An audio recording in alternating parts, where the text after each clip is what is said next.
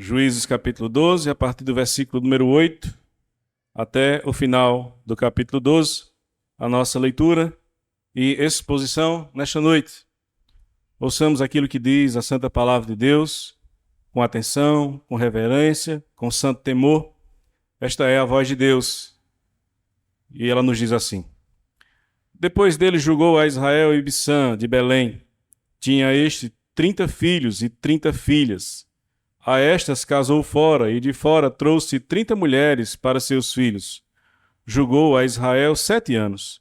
Então faleceu Ibsã e foi sepultado em Belém.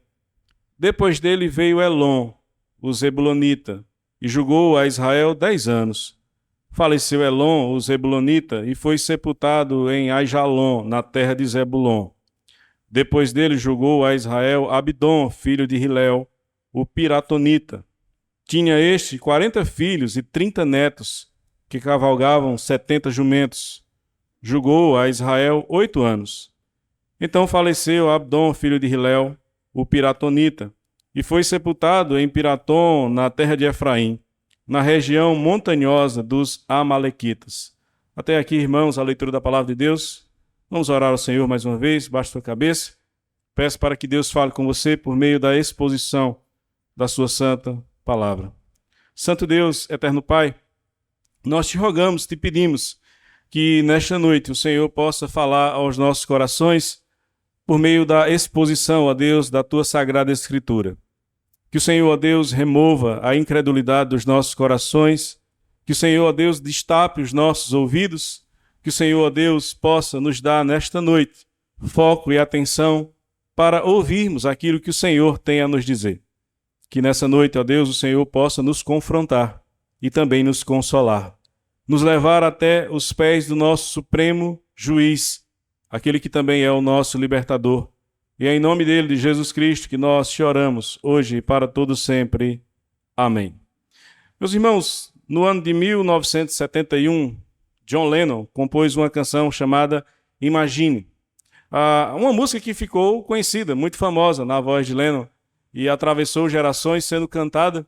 E basicamente ali nós temos uma utopia por parte de John Lennon, um sonho irrealizável da parte dele. E a intenção dele era de apresentar uma sociedade ou o modelo de uma sociedade ideal no pensamento dele. E basicamente a ideia de John Lennon era que a ausência de alguns elementos era o cenário ideal. Você, na música, vai perceber que ele vai dizer: imagine que não existe céu, nem inferno, nem países, nem guerra, nem pobreza, nem fome. Basicamente, a ausência. Então, a música vai se caracterizar pela ausência de tudo aquilo que diz respeito à sociedade como ela é. Basicamente, só existem as pessoas dentro deste mundo. E quando nós olhamos para esta ideia, que é uma utopia, algo que não pode ser realizado, nós percebemos que no imaginário das pessoas sempre fica esse tipo de pensamento. Como seria uma sociedade perfeita? Como seria uma sociedade ideal?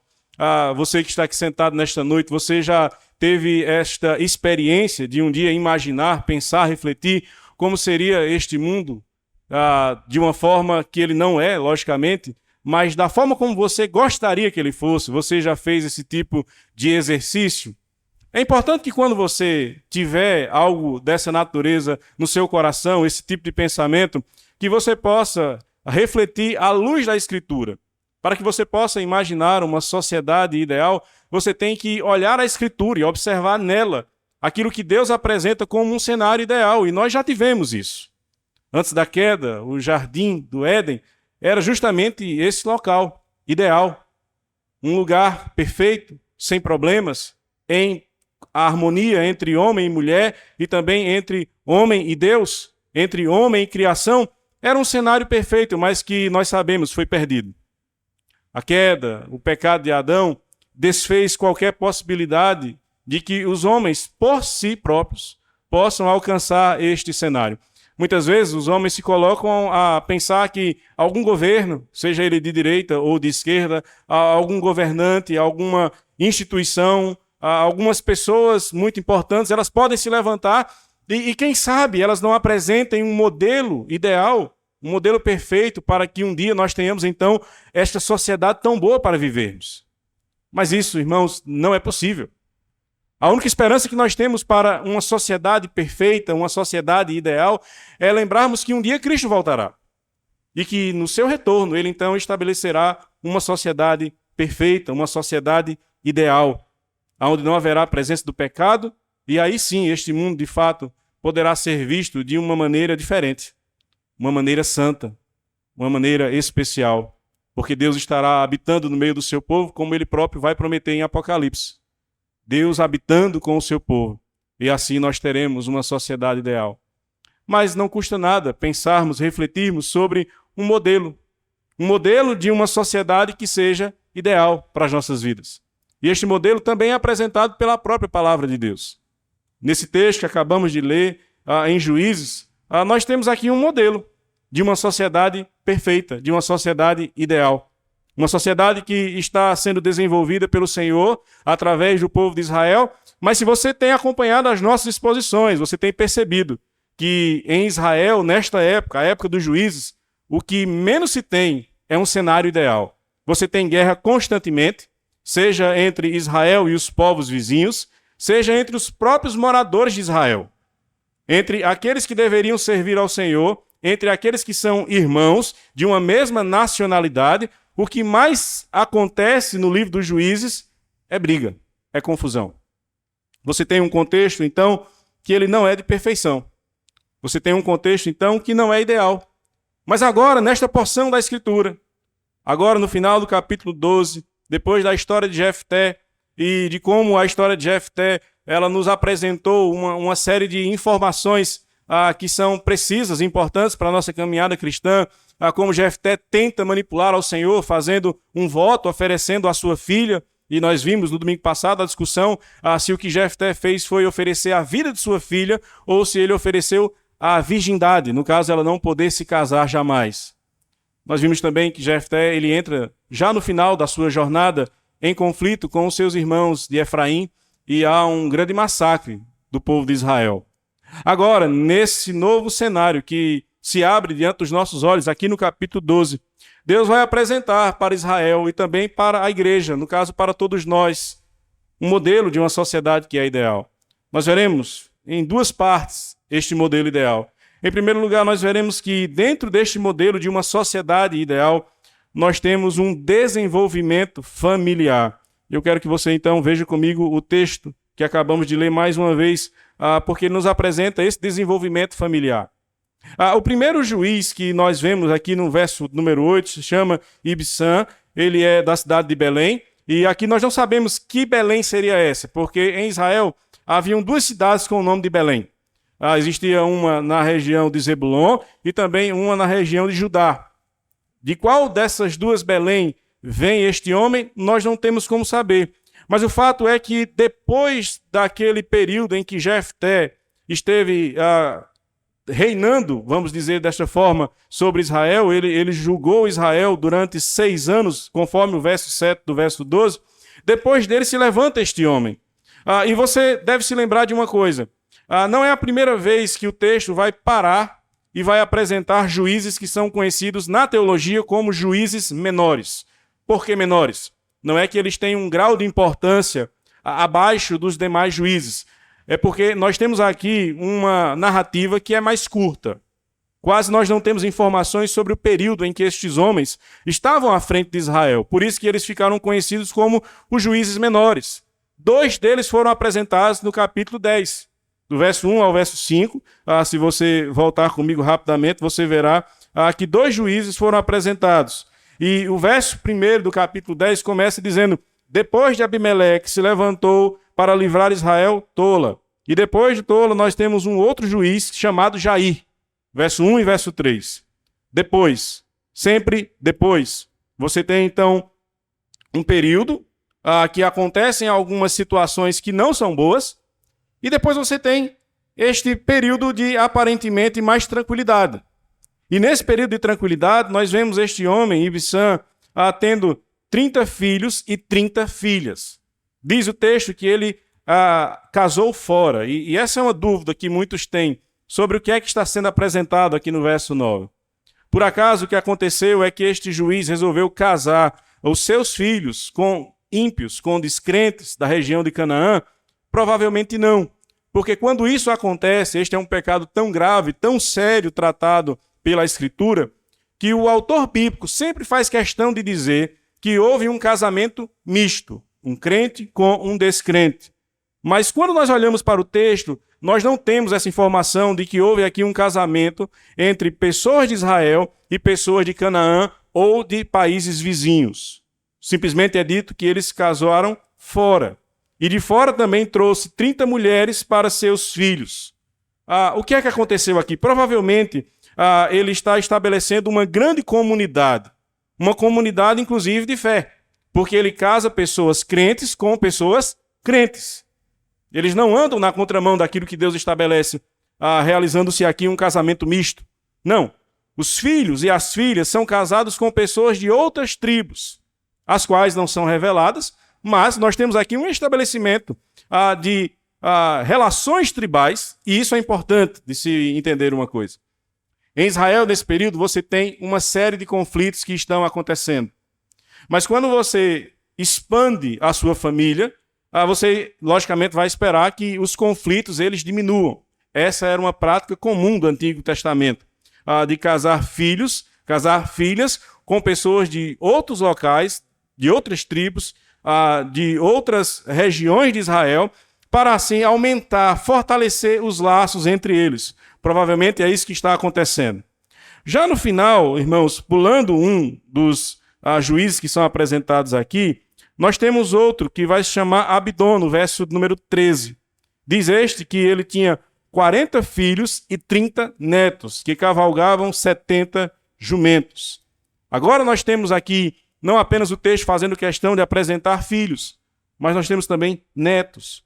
Nós temos uma outra geração.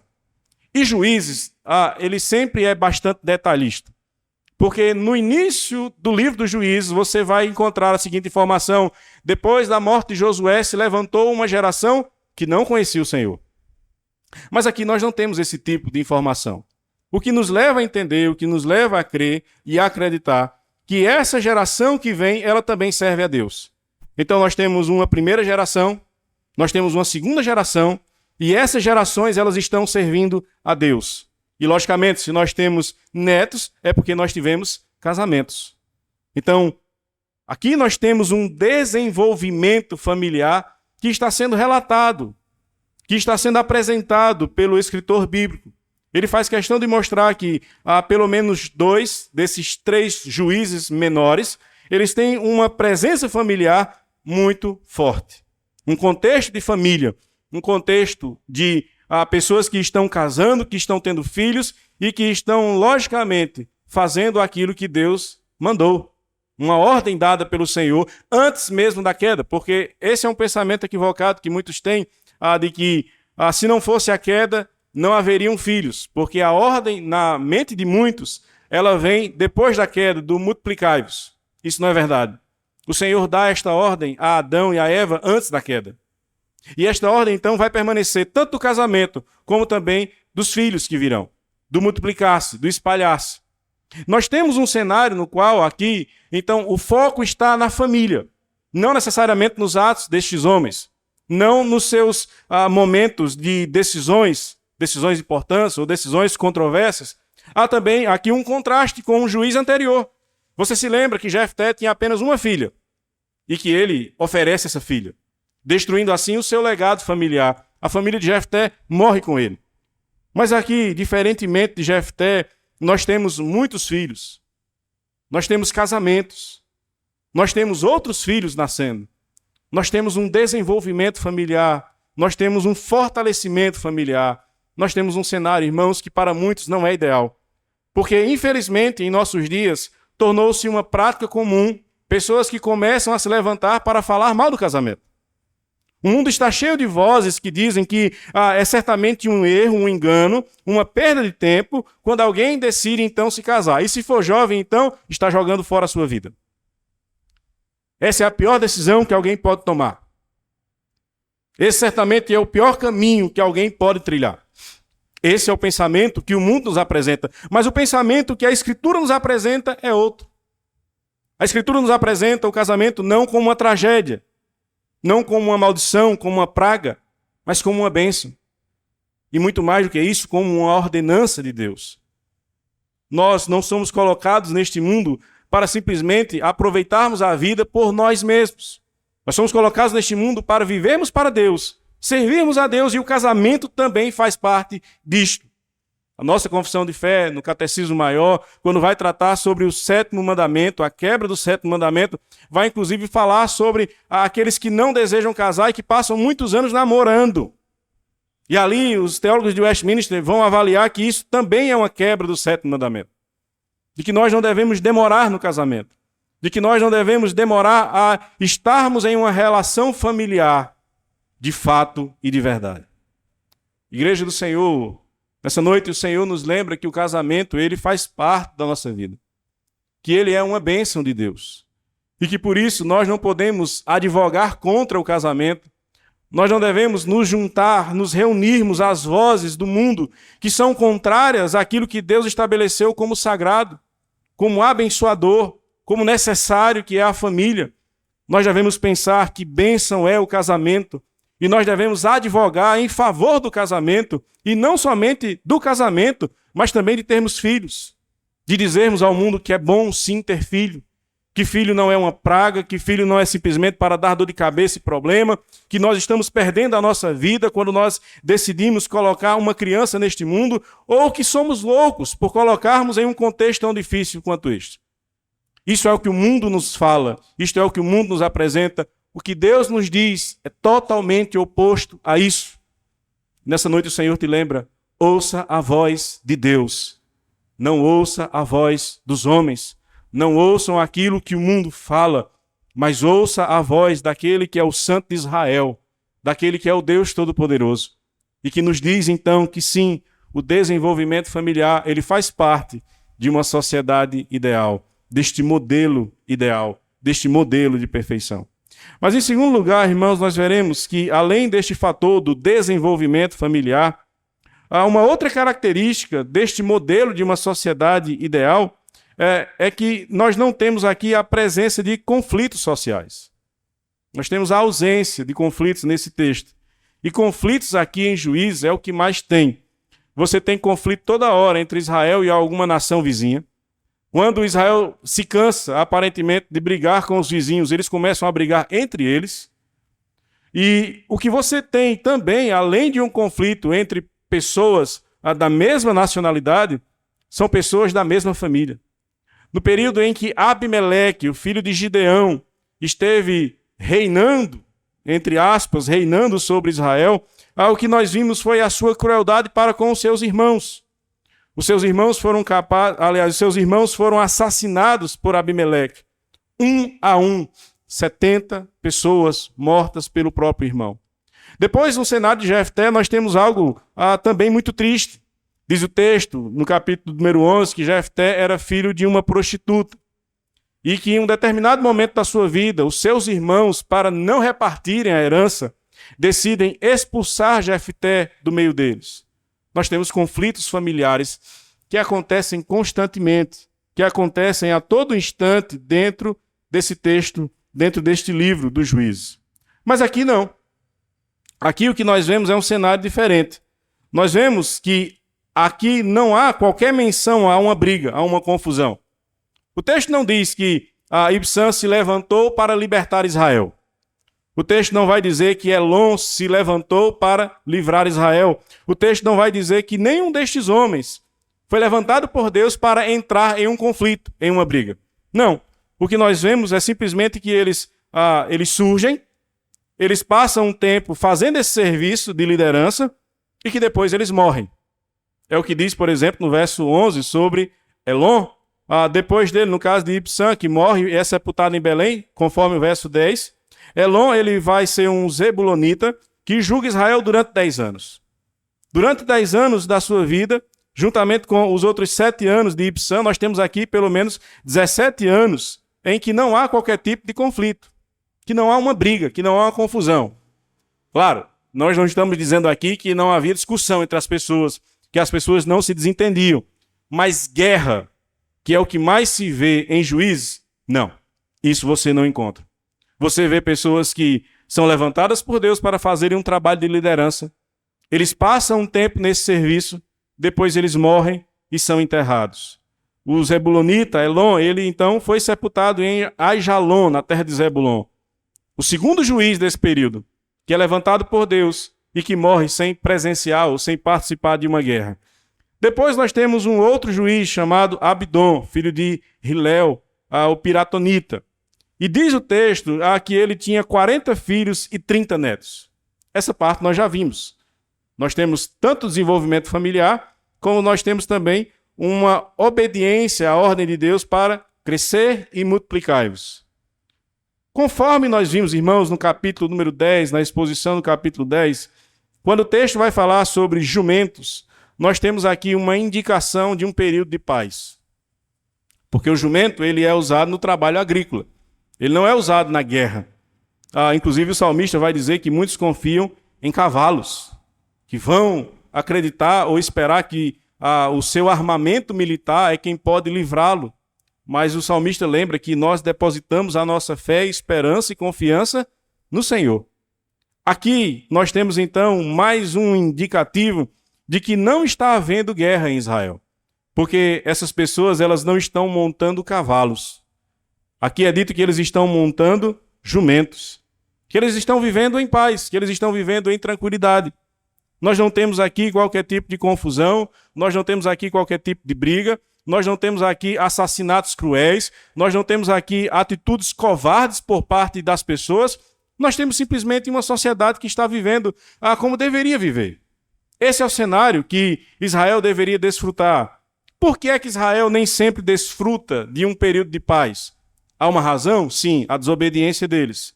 Eles são lembrados pelo Senhor em Levítico de que eles não poderiam desobedecê-lo, de que eles não poderiam viver como eles bem quisessem. Levítico 26 vai dizer, o Senhor dizendo, eu estabelecerei paz na terra.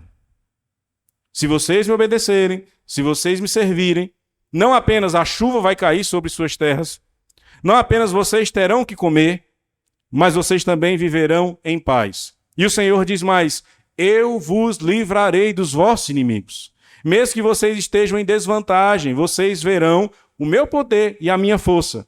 Todas essas promessas que o Senhor fez em Levítico, elas se cumprem em determinados momentos do povo de Israel, na terra de Canaã, mas em outros momentos não. E aqui fica sempre um sentimento de que, por que é que Israel é tão teimoso? Por que é que Israel não consegue obedecer a Deus e viver nesta terra de forma pacífica, tranquila? Porque o nosso coração ele é teimoso. Porque nós somos desobedientes ao Senhor constantemente. Os conflitos que surgem em nossas vidas, irmãos, muitas vezes são fruto do nosso pecado. Os conflitos que surgem na igreja, muitas vezes, são frutos do nosso pecado. Os conflitos que surgem em nossa sociedade são frutos também deste mesmo pecado.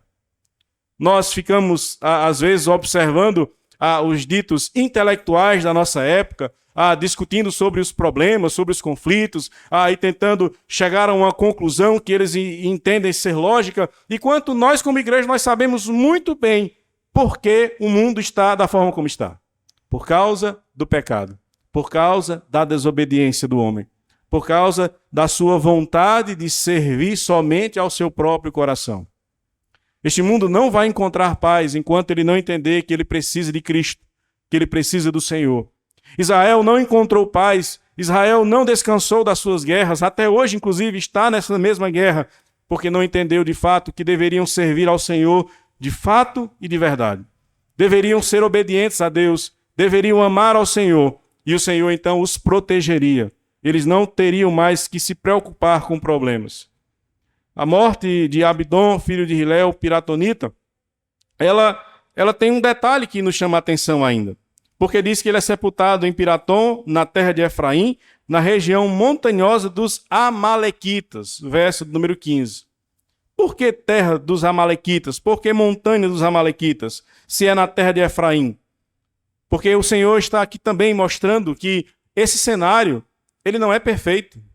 Não é ideal, mas como, pastor? O senhor está aí há alguns minutos pregando sobre uma sociedade ideal e no final o senhor vai dizer que não é ideal? Pois é, não é. Porque aqui nós somos lembrados que esse cenário de paz, ele não é absoluto, ele não é completo, ele não é perfeito, ele não é final, porque nós temos a presença de inimigos. Porque nós temos aqui pessoas que estão se preparando e desejando a qualquer momento a destruição de Israel. O povo de Deus não viveria tranquilo. Esta terra tão boa que emana leite e mel, ela é simplesmente uma sombra daquilo que viria, da perfeição que um dia o povo de Deus poderia de fato experimentar.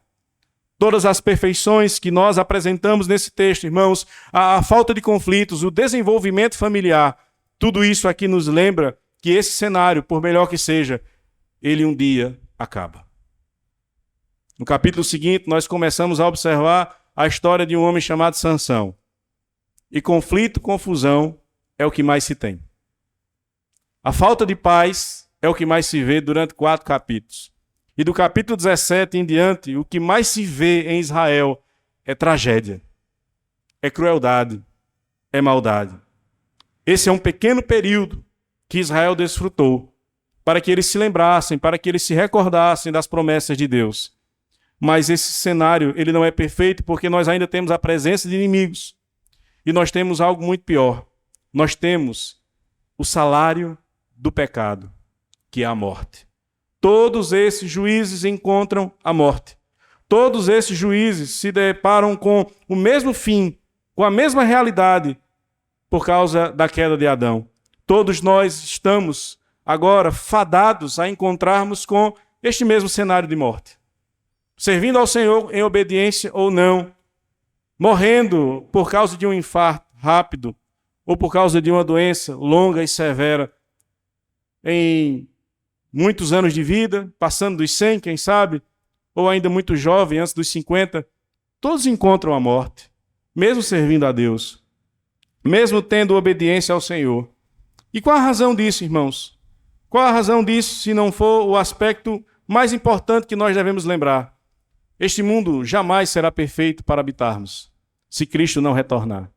A nossa esperança ela não está em um líder que se levanta em uma grande nação como os Estados Unidos, um Donald Trump, não está em um político brasileiro que se levanta e que aparentemente vai mudar as coisas. A nossa esperança não está em que, de repente, um dia as nações elas vão olhar umas para as outras e dizer: chega de guerra, chega de briga, vamos viver em paz. É muito melhor que haja paz, isso é muito mais vantajoso. Isso jamais vai acontecer.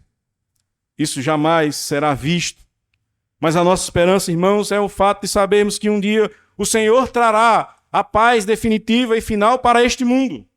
E esta paz é trazida por Cristo Jesus.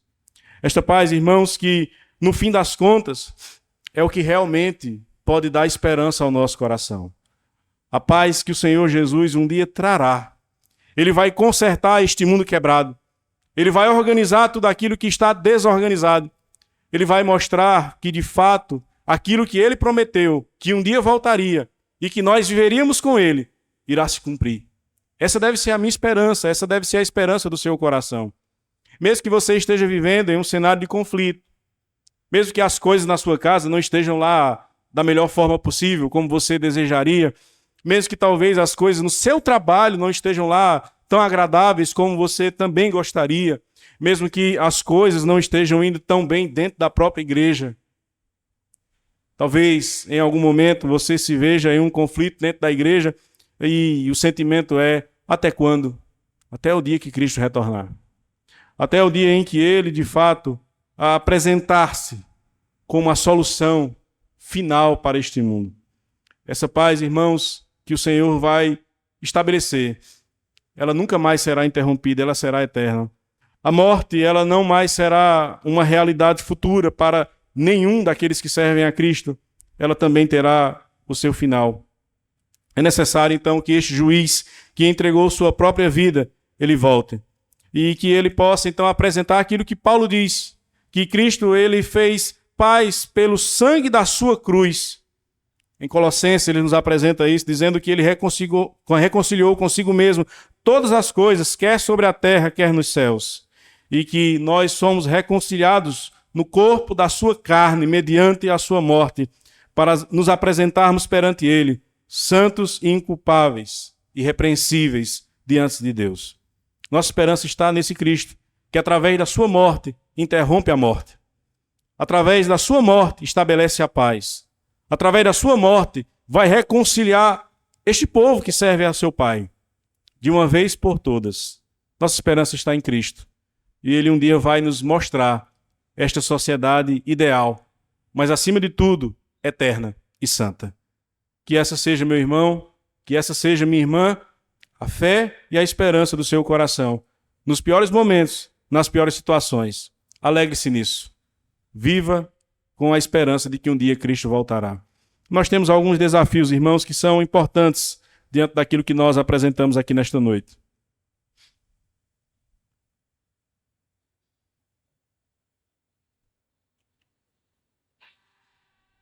Em primeiro lugar, seja a favor da família.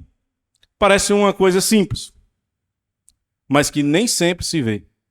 Seja a favor da família da seguinte forma: pais, aos pais, ensinem os seus filhos sobre o valor do casamento e de ter filhos. Ensinem a eles desde a infância, para que eles cresçam sabendo que um dia eles vão casar e que isso não será um castigo. Isto será uma bênção. Isto será a realização de vida.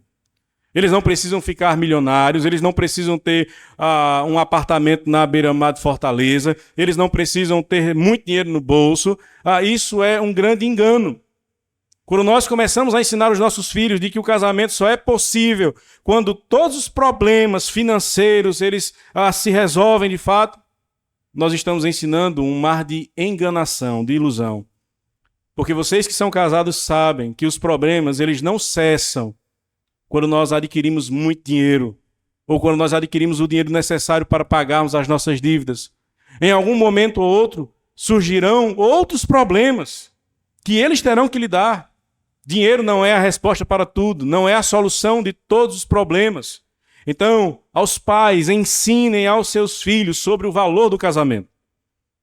E se você, meu irmão, se você, minha irmã, tem advogado contra o casamento, o Senhor te lembra nesta noite que isso é pecado. Que você não deve ser contra o casamento. Que se um jovem, uma jovem decidem casar, você não deve se levantar e fazer piadas. Ou, de repente, fazer comentários depreciativos, estimulando a eles a não casarem. O Senhor quer o casamento. E se você se levanta contra o casamento, você se levanta contra o próprio Deus. E sabe como é que Deus lida com o pecado?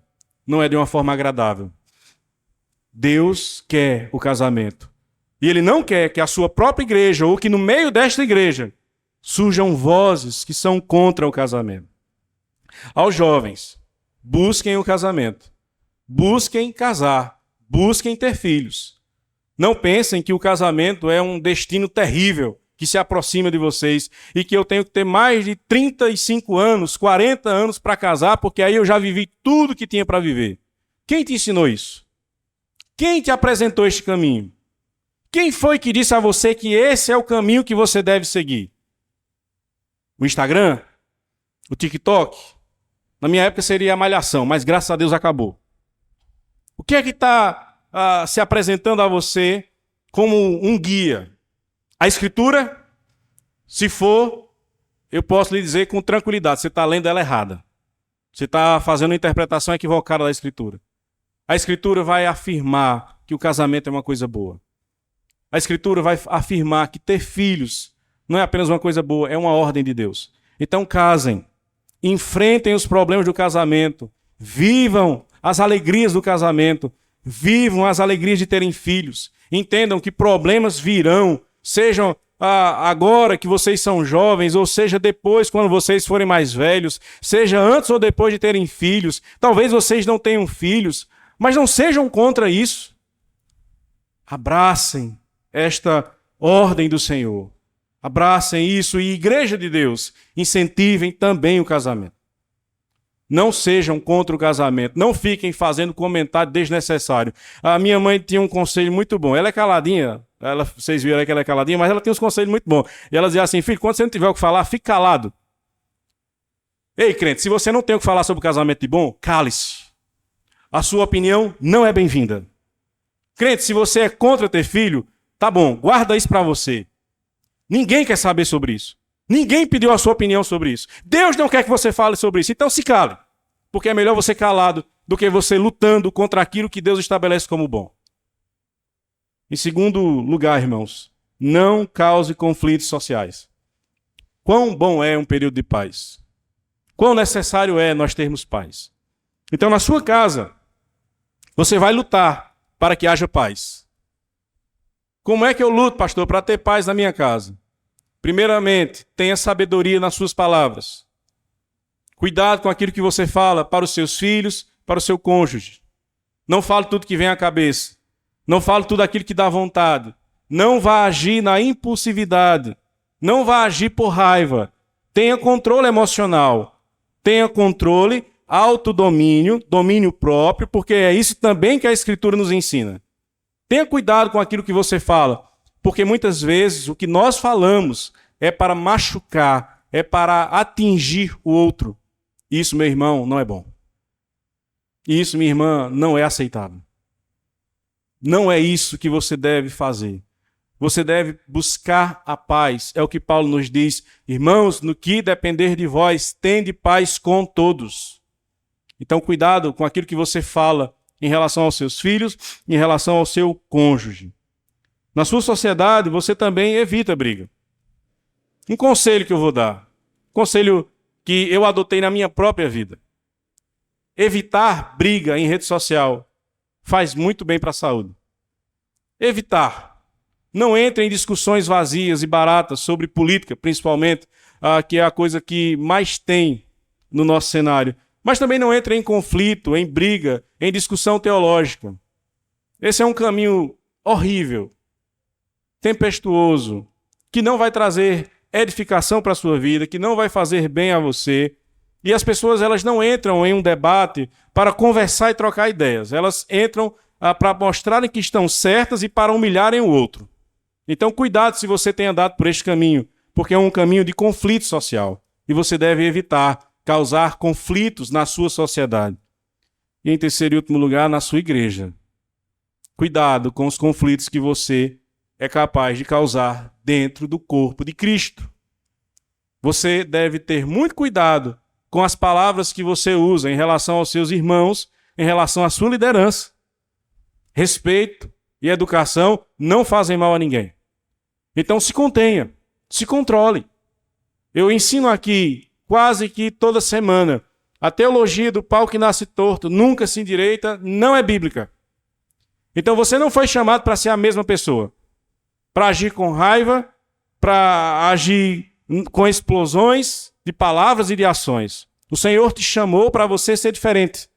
Para você agir segundo aquilo que Cristo é, o seu modelo perfeito.